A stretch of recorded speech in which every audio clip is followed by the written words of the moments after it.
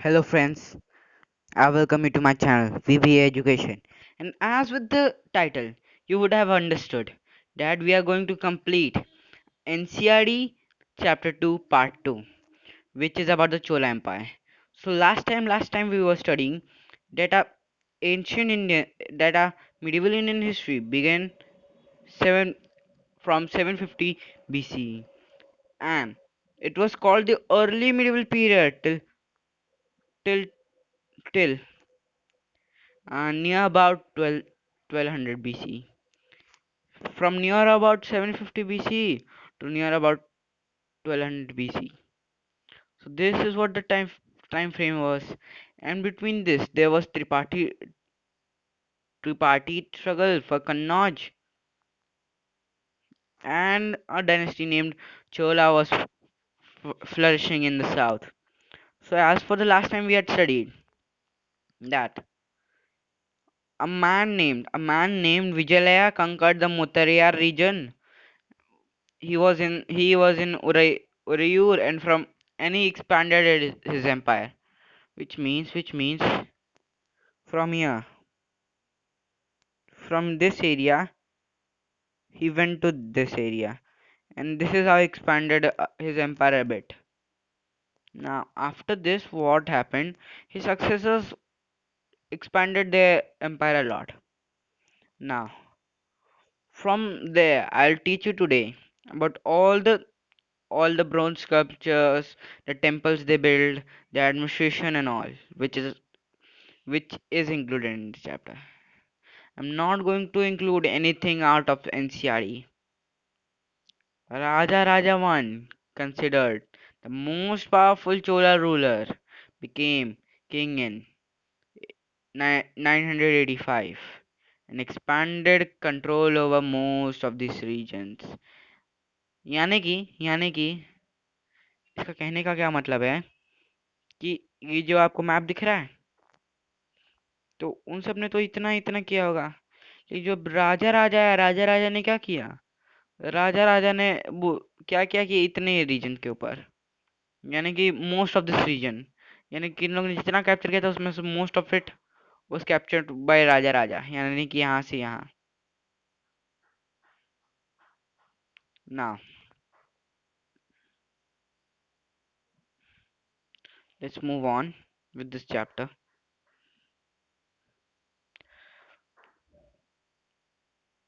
He also recognise the administration of the empire, यानी कि उसने एडमिनिस्ट्रेशन को रिकॉग्नाइज कर दिया। फिर कैपिटल चेंज किया, कैपिटल चेंज करके कहाँ कर दिया था? कैपिटल हो गया था उनका तंजावुर वाला रीजन। क्या हो गया था? Thanjavur. Now now next, Raja Rajasthan. Rajendra I continued his policy and even raided the Ganga Valley, Sri Lanka, and countries on East Southeast Asia, developing a navy for this expedition. यानी कि यानी कि इसका कहने का मतलब क्या है, ये मैं आपको समझाता हूँ। जस्ट वेट अ मिनट, एक मैप बना के आपको समझाऊंगा।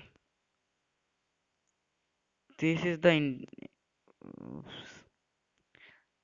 wrong map drawn, sorry.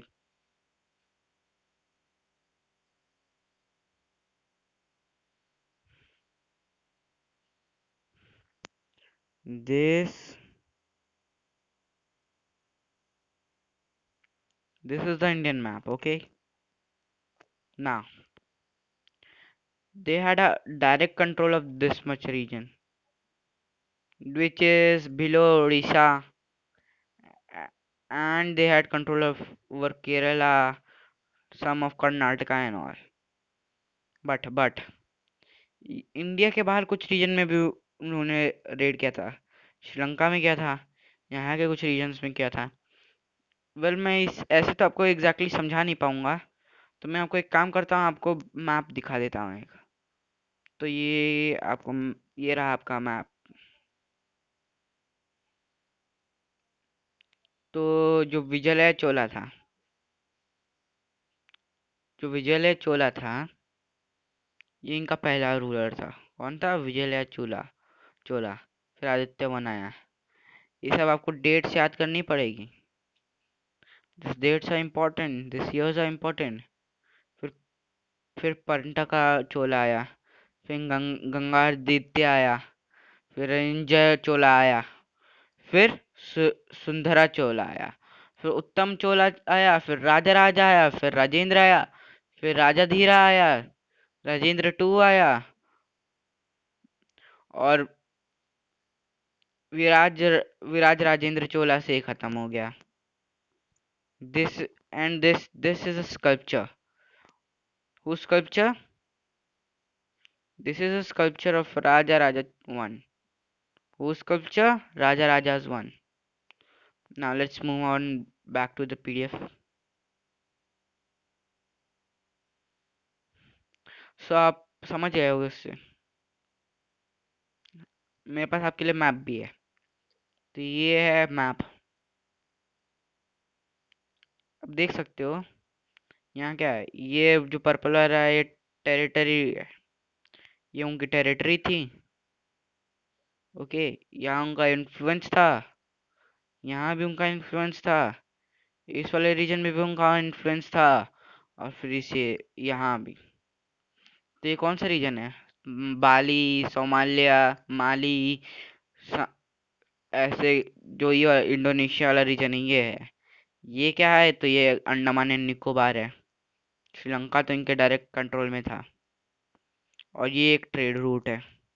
तो इसके साथ आपको क्लियर हो गया होगा इनका मैप। इफ़ यू वांट आप शॉर्ट खींच सकते हो, या आपको ये गूगल पे अवेलेबल है। Now splendid temples, bronze sculpture. उस समय क्या होता था कि जो टेम्पल्स बनते थे उस रीजन में, तो आपको क्लासिक्स में पढ़ाया जाता है कि कौन से बनते थे, कौन सी चीज से। वो होता था द्रविडियन स्टाइल से बनते थे। किससे? Dravidian style.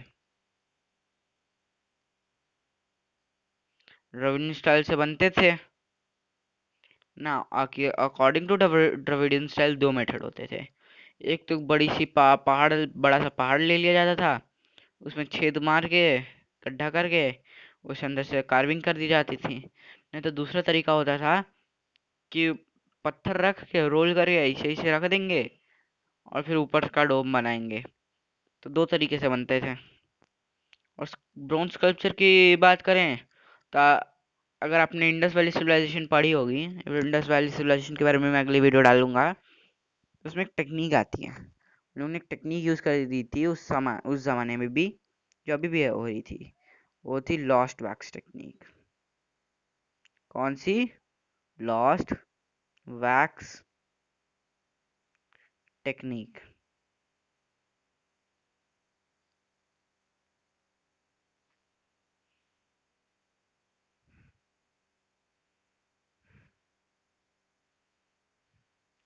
और जिन्हें इससे समझ नहीं आया, उन्हें मैं पढ़ के समझा दे रहा हूँ।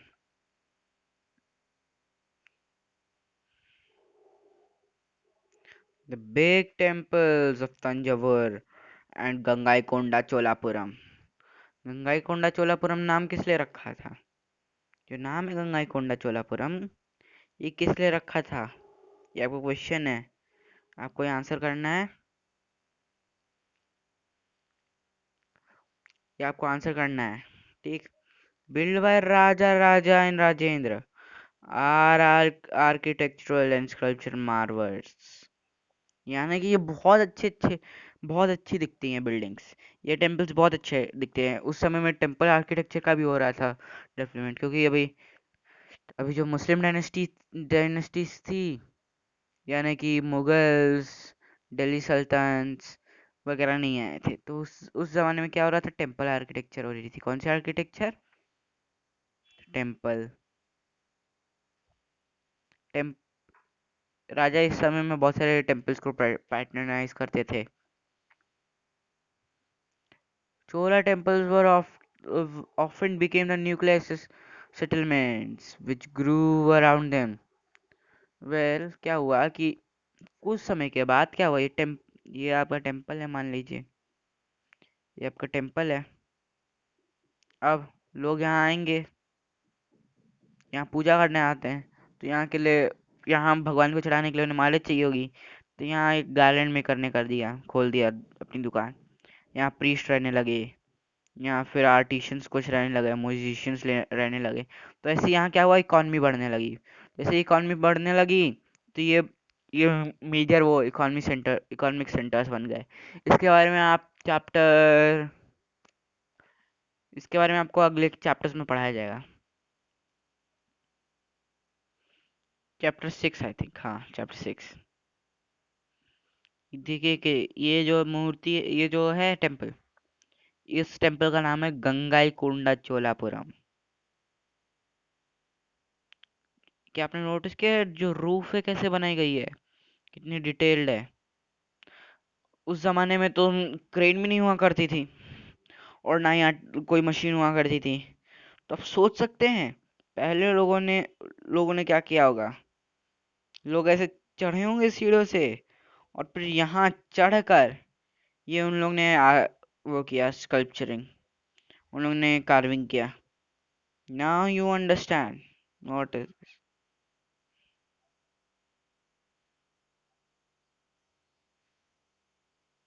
अब अब क्या हुआ, चूला टेम्पल्स ऑफ्टन गेम बता चुका हूँ।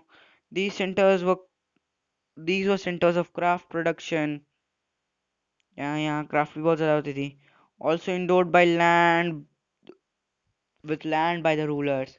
रूलर्स इन्हें लैंड भी देते थे। अब जिससे रेवेन्यू कलेक्ट होती थी, जो पैसा मिलता था इन्हें, कि कि बिना पैसे का तो कुछ नहीं होता, रोकड़ा मांगता है हर चीज़। तो क्या होता था, वो क्या उससे यूज करते थे ये लोग, to maintain all specialist that who worked at the temple, और जो उसके आसपास रहते थे। जैसे कि प्रीस्ट हो गए, मैंने आपको पहले बताया, garden makers, कुक्स, sweepers, musicians, dancers और अन्य लोग। अ, दूसरे शब्दों में, temples were not only places of worship, they were also hub of economic, social and cultural life। यहाँ क्या हुआ, इसकी वजह से इकोनॉमिक, सोशल और कल्चरल लाइफ डेवलप होने लगी थी। they were hub of, इससे आपको पता चलता है टेम्पल्स की कितनी वो थी, टेम्पल्स के पास कितने पावर थे। Among the crafts also associated with temples, the making of bronze images was most distinguished. Chola bronze images are considered among the finest in the world. Which most images were of deities, sometimes images were made up of। यानी कि उस समय में जो bronze के images भी बना रहे थे, डिवोटीज के भी इमेजेस बन रहे थे। जैसे कि राजा राजा का, जैसे मैंने आपको मूर्ति दिखाई थी वो, तो ये उनमें से एक मूर्ति है जो ब्रोंज की बनी हुई है, ये वाली मूर्ति। ये मूर्ति जो है ब्रोंज, ये वही वैसी एक ब्रोंज की मूर्ति है। Now moving on, agriculture and irrigation. Agriculture और इरिगेशन से ही तो राजा को रेवेन्यू होता ज़्यादा, तो इसके ऊपर भी राजा ने बहुत ध्यान दिया था। कैसे दिया था ये चैप्टर हमें बताता है। क्या बताता है, बहुत सारे अचीवमेंट किसकी वजह से डेवलप हुए थे। एग्रीकल्चर, मैप 2 के ऊपर वापस देखने को बोल रहा है। रिवर कावेरी जो है, रिवर कावेरी के बहुत सारे ब्रांचेस हैं, जो स्मॉल चैनल्स में बांट देते थे ये लोग, बिफोर ये बे ऑफ बंगाल में जाता था। जो चैनल्स थे फ्रिक्वेंटली ओवरफ्लो हो रहे थे। इससे क्या हो रहा था, यानी कि आपको उससे समझा रहा हूँ एक डायग्राम से। कहाँ बनाऊँ, हाँ यहाँ, ये आपकी कावेरी है, इसके बहुत सारे ब्रांचेस हैं, ब्रांचेस ब्रांचेस ब्रांचेस ब्रांचेस। इससे पहले कि ये लोग बाहर निकलते थे, क्या होता था कि क्या होता था कि लोग ने चैनल्स बना देते, छोटे छोटे छोटे ऐसे चैनल्स बना दिए। अब इससे क्या हुआ कि जब भी लोग निकलते थे तो ओवरफ्लो हो जाते थे। ओवरफ्लो होते तो लेट्स इमेजिन दिस, ये ब्रांच है एक कावेरी की। जब ओवरफ्लो होती थी तो क्या करती थी, जो साइड्स हैं यहाँ डिपॉजिट कर देती थी, डिपॉजिट डाल देती थी बहुत सारे। तो इसकी वजह से लैंड की फर्टिलिटी बढ़ती थी। तो उम्मीद है आप समझ गए होंगे। Water from these channels also provides the necessary moisture for agriculture and particularly the cultivation of rice। यानी कि इसी से इन्हें राइस के कल्टीवेशन के लिए भी पानी मिलता था और क्रॉप्स के। ऑल्दो एग्रीकल्चर डेवलप हो चुका था अर्ली पार्ट्स ऑफ तमिलनाडु, ये बस 5th या 6th सेंचुरी की बात है। यहाँ इस एरिया में लार्ज स्केल कल्टीवेशन शुरू हुआ। फॉरेस्ट को काटा गया कुछ रीजन्स में, लैंड को लेवल किया गया, और इन कुछ एरियाज में डेल्टा रीजन में एम्बैंकमेंट्स बना दिए गए। एम्बैंकमेंट्स क्या होते हैं कि ये आपकी रिवर है।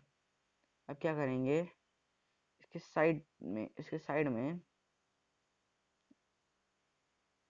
ऐसे वॉल्स बनवा देंगे ऊंचे ऊंचे, जिससे क्या हो, पानी ओवरफ्लो ना हो।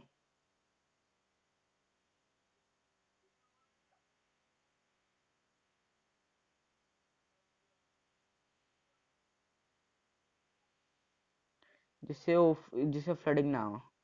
Canals had be to be constructed। एक मिनट थोड़ा छोटा कर लो।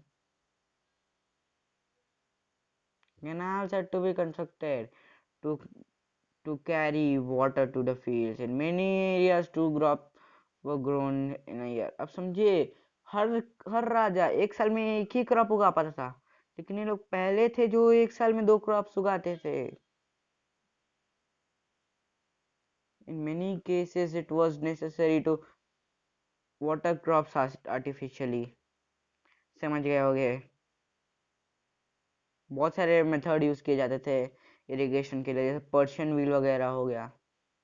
कुछ एरियाज में वेल्स खोदे गए, यूज टैंक्स रखे गए, बनाए गए ताकि रेन वाटर कलेक्ट हो। The irrigation work requires planning. यानी यानी कि इन लोग ने प्लानिंग भी अच्छी खासी कर रखी थी। ऑर्गेनाइजिंग लेबर्स भी थे, रिसोर्सेज भी थे, और maintaining this works and deciding on how water is to be shared.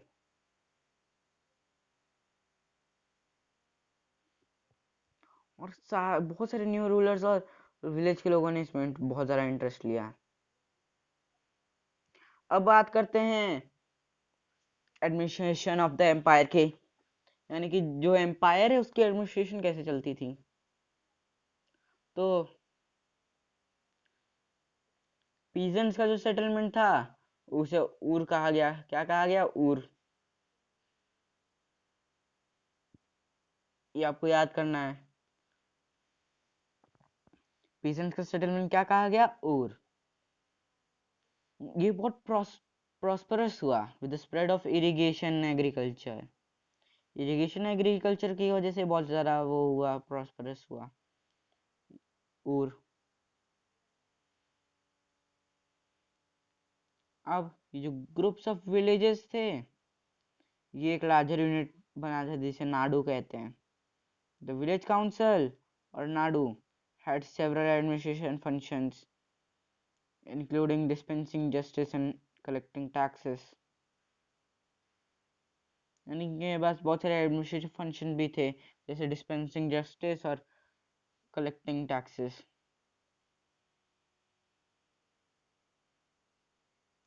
अमीर पीजेंट जो वेलेलार कास्ट के थे, उनके पास कंट्रोल था नाडू नाडू के अंदर supervision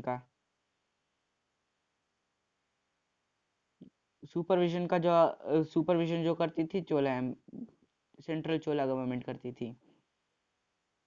exercise considerable control over the affairs of Nadu. यानी कि इनके पास भी कंट्रोल था थोड़ा। उसमें सुपरविजन करती थी, चोला गवर्नमेंट करती थी।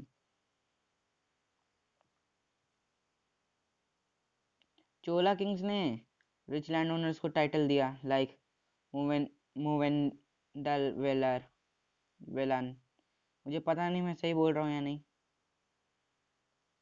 अरे यार,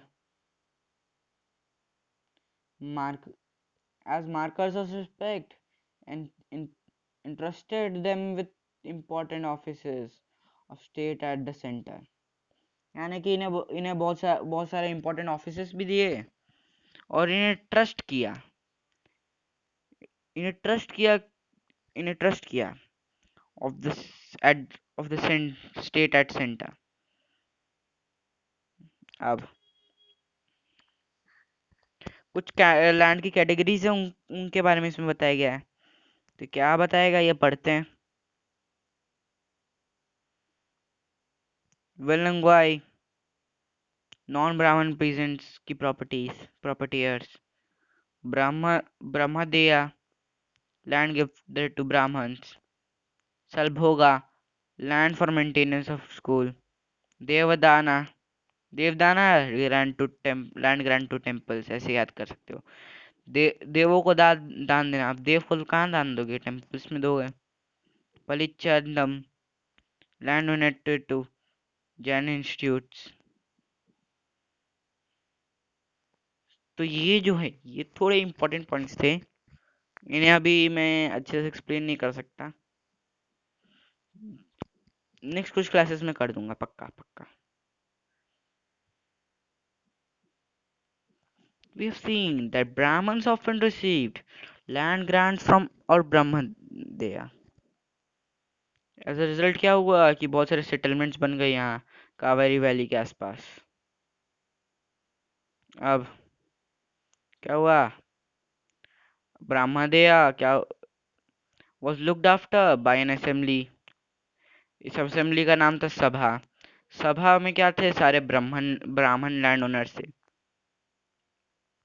इसमें ये लोग सारे डिसीजंस लेते थे और उनके जो डिसीजन थे वो रिकॉर्ड होते थे डिटेल में होते थे इनके inscriptions record often on the stone walls of temples. यानी कि जो टेम्पल्स के स्टोन वॉल्स थे उस पे उस पे भी लिखे जाते थे। एसोसिएशन ट्रेडर्स भी था नगरम करके, जो जो administration function in town perform करता था ना। Inscriptions from Uttarmerur in Chilangput district, Tamil Nadu, provide detail of way in which the Sabha was organized. The Sabha had separate committees to look after। यानी कि ये जो है एक inscription है जो फाइंड किया गया है कहाँ, उत्तर मेरूर चिलिंगलेपुट में।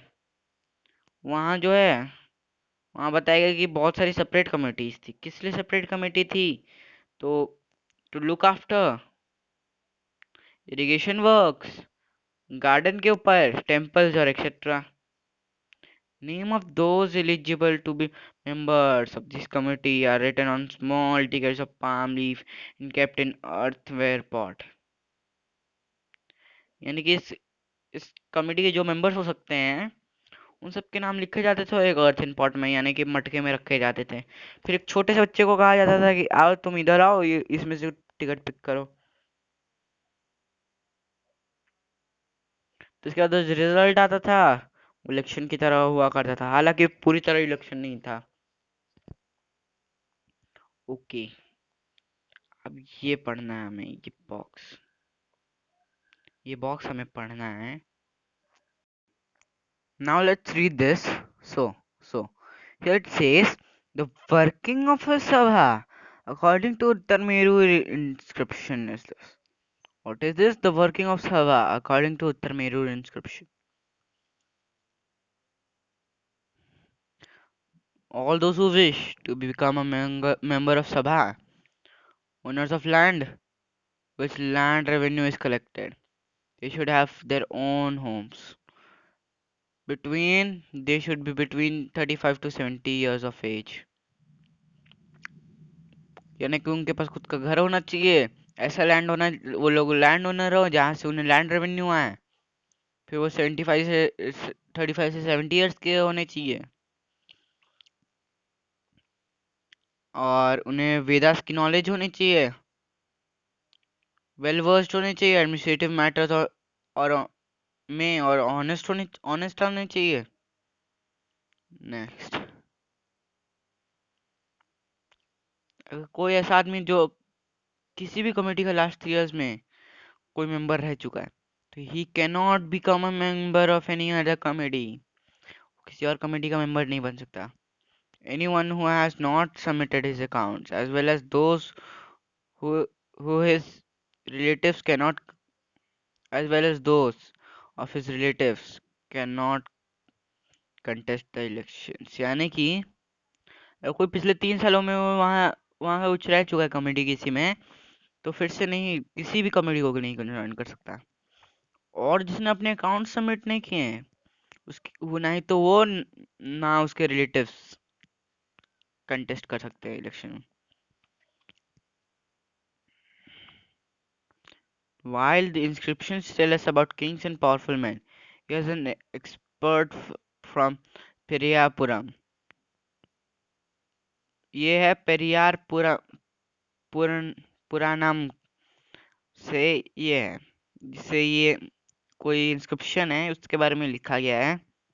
अगर मैंने जगह का नाम गलत बोला हो तो sorry, please help me to pronounce. और 12th सेंचुरी तमिल वर्क है ये किस चीज़ के बारे में हमें इन्फॉर्म करता है? ऑर्डिनरी मैन और वुमेन, मैंगो पीपल के बारे में। और यानी कि जो अदानूर है, अदानूर के आउटस्कर्ट्स पे एक स्मॉल हैमलेट रहता है, hamlet of Palaiyar, name use for a social group considered outcasts by Brahmins and Villars। Pulaiyas का कोई हैमलेट है छोटा, वो जो है पुलैयास क्या होते हैं, तो basically Pulaiyas social group considered outcast है ब्राह्मण्स और वेल्लास के द्वारा।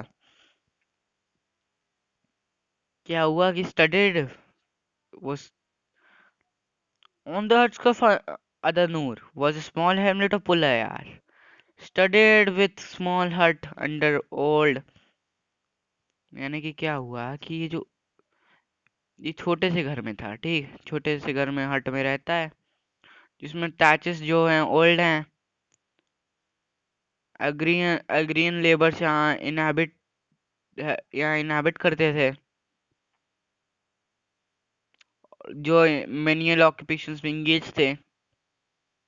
In the thresholds of hut covered with strips of leather, the little chicken moved about in groups. Dark children who wore bracelets of black iron were prancing about, carrying little puppies and seed of marudu trees। marudu Arjun tree होता है। A female labor put her baby to sleep on a sheet of leather. There were mango trees from whose branches drums were hanging, and under the coconut palm, in little hollow on the ground, tiny headed bitches lay after whelping. The red creased cock crowed over dawn, calling the Dravi Puliar to their day works, and by the day, under the shade of Kanji tree, spread the voice of wavy haired Pulaya women singing. They were husking the paddy। समझ में आया? ये ordinary people जो हैं, जो जैसे कैसे रहते थे, उसके बारे में कहानी है। क्या बोलता है, तो लोग रहते हैं बहुत सारे एक जगह पे, ठीक, जब लोग रहते हैं तो वो लोग कुछ काम करते हैं। काम क्या है उनका? मैनुअल ऑक्यूपेशंस हैं बहुत सारे, छोटे छोटे डार्क चिल्ड्रन है जो आयरन और ब्लैक आयरन पहने हुए हैं। और फिर वुमेन लेबर्स जो हैं वो जो धान नहीं होती उसे पैडी को हंस कर रही हैं। तो ये चीज मैं पढ़ा के, ये लास्ट चीज जो है, China under Tang Tang dynasty पढ़ा के मैं ये आज के सेशन खत्म करूंगा। और अगर आपको आज का सेशन पसंद आए तो प्लीज इस वीडियो को लाइक करना और हमारे चैनल को सब्सक्राइब करना। In China, an empire was established under Tang dynasty, which remained in power about 300 years। यानी कि चाइना में एक एम्पायर था, जिसका नाम था टैंग डायनेस्टी। 300 साल पावर में रही। उसका कैपिटल क्या था? जियांग। जियांग आपको याद हो तो, जियांग जो है, अगर आपको ये ठीक से याद है, जियांग करके एक फॉरेन ट्रैवलर भी है। वो इसी जगह से आया था और वो इंडिया में आके घूमा था साउथ के कुछ टेम्पल्स पे, जहाँ मिस्टर मोदी और Jinping Jinping Chinese prime minister Jinping की सबसे पहले, I mean Chinese president Jinping के पहले मीटिंग हुई थी जिस टेम्पल में।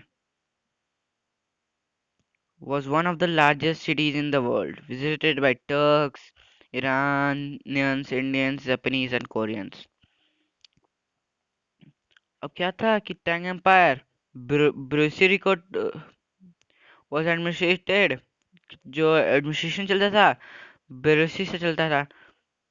जो अब जो ये है, ये कैसे होता था? एग्जामिनेशन से होता था। ये सबके लिए ओपन था जो जो अपीयर करना चाहते थे। अब ये जो है, ये यही यही सिस्टम चल रहा है। बस थोड़े से चेंजेस कर दिए गए हैं। सिंस सिंस 1911 से थोड़े चेंजेस कर दिया है। Well, thank you for watching this video, and if you like, please subscribe our channel. Hope you like the video. Please subscribe and please wait for the next video. Until then, bye bye.